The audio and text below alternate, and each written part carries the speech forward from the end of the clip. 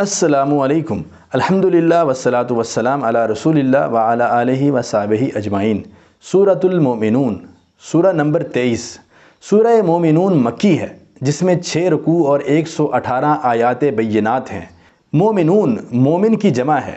چونکہ اس سورہ مبارکہ کی ابتدائی آیات میں مومنین کی کچھ صفات کا ذکر کیا گیا ہے، اسی مناسبت سے اس سورہ مبارکہ کا نام مومنون رکھا گیا۔ اس سورہ مبارکہ میں مسلمانوں سے ایمان کے بعد اخلاقی، عبادتی اور مالی اعمال کا مطالبہ کیا گیا ہے، جو انفرادی اہمیت کی حامل ہیں، جبکہ اگلی سورہ نور میں اسلامی ریاست اور اس کے اداروں کی تنظیم کے لیے قانونی، معاشرتی اور فوجداری قوانین کے نفاذ کا مطالبہ ہے، جو اجتماعی اہمیت کی حامل ہیں۔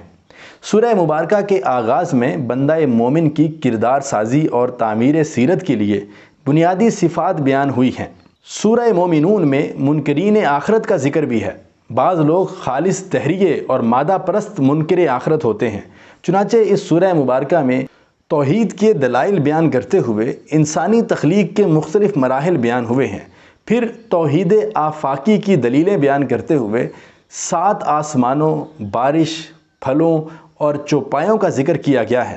پھر توحید کی نقلی دلیلیں بیان کرتے ہوئے حضرت نوح علیہ السلام اور اس کے بعد کی قوموں کا تذکرہ ہے۔ پھر توحید کی عقلی دلیلیں سوالیہ انداز میں بیان کی گئی ہیں۔ اس سورہ مبارکہ میں ایک طرف مومنین کی ظاہری اور باطنی صفات بیان ہوئی ہیں، تو دوسری طرف مشرکین اور منکرین کے برے اوصاف کا ذکر بھی ہوا ہے۔ ایک طرف قوموں کے قانون استبدال یعنی کہ لا آف ریپلیسمنٹ کا ذکر ہے، تو دوسری طرف قوموں کی ہلاکت کے اصول بھی بیان ہوئے ہیں۔ ایک طرف اللہ سے رحمت و مغفرت کی دعائیں مانگنے کا حکم ہے، تو دوسری طرف ہر کسی سے بے پرواہ ہو کر دعوت و تبلیغ کا کام جاری رکھنے کی ہدایت بھی ہے۔